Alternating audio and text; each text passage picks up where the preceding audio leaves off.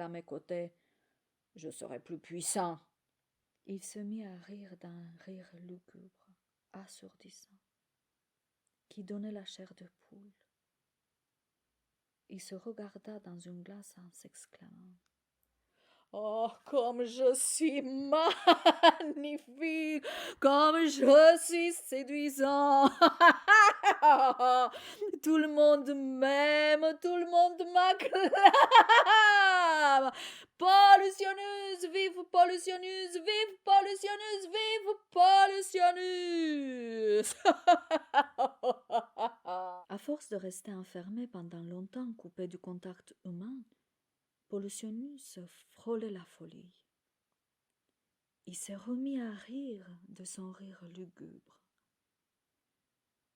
Il mit à fond une musique stridente qui l'entraîna dans un mouvement rapide. Cette danse complètement excentrique amplifiait sa folie. Au bout d'une heure de danse effrénée, il tomba d'épuisement. Il se cogna la tête au coin de la table basse et saigna abondamment. Le décor de sa demeure était assez austère. Tous les meubles étaient en fer forgé. Sur le mur gris, il n'y avait aucun tableau.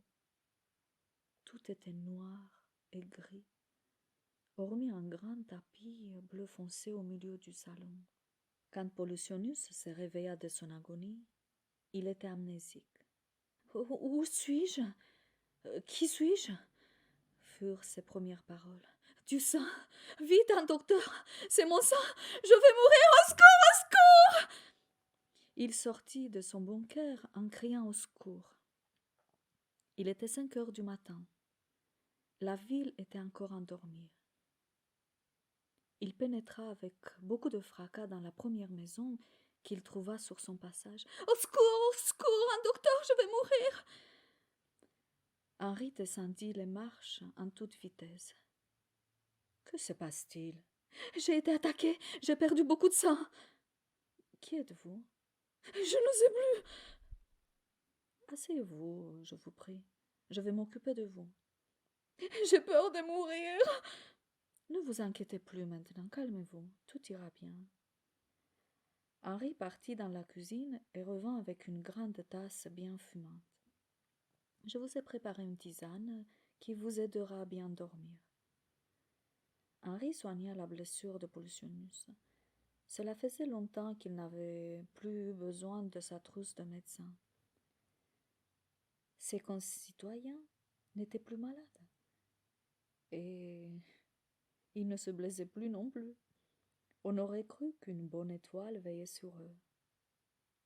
« Votre blessure est assez profonde, dit Henri.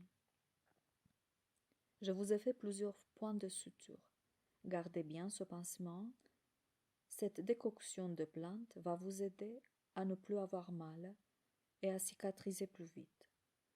Je vous ai préparé cet élixir qui vous aidera à passer le choc émotionnel. Buvez des petites gorgées tout au long de la journée. Je dois partir maintenant, pour toute la journée.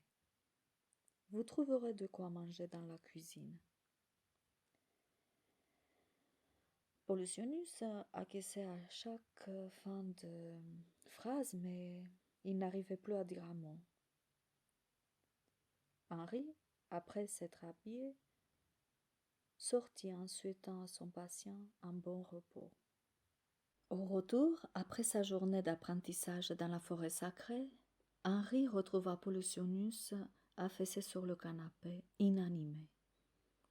Il prit son pouls qui était très faible et sa tension très basse. Il était dans un état critique. À cause de la blessure profonde à la tête et l'énorme quantité de sang qu'il avait perdu, Henri eut peur que son patient ne se réveille plus de son coma profond. Il passa toute la nuit au chevet de Pollutionus, et le lendemain matin, n'osant plus laisser son malade sans surveillance, il demanda à quelques voisins de l'aider à transporter le lit à l'endroit du rendez-vous avec ses amis pour l'introduire dans la forêt sacrée.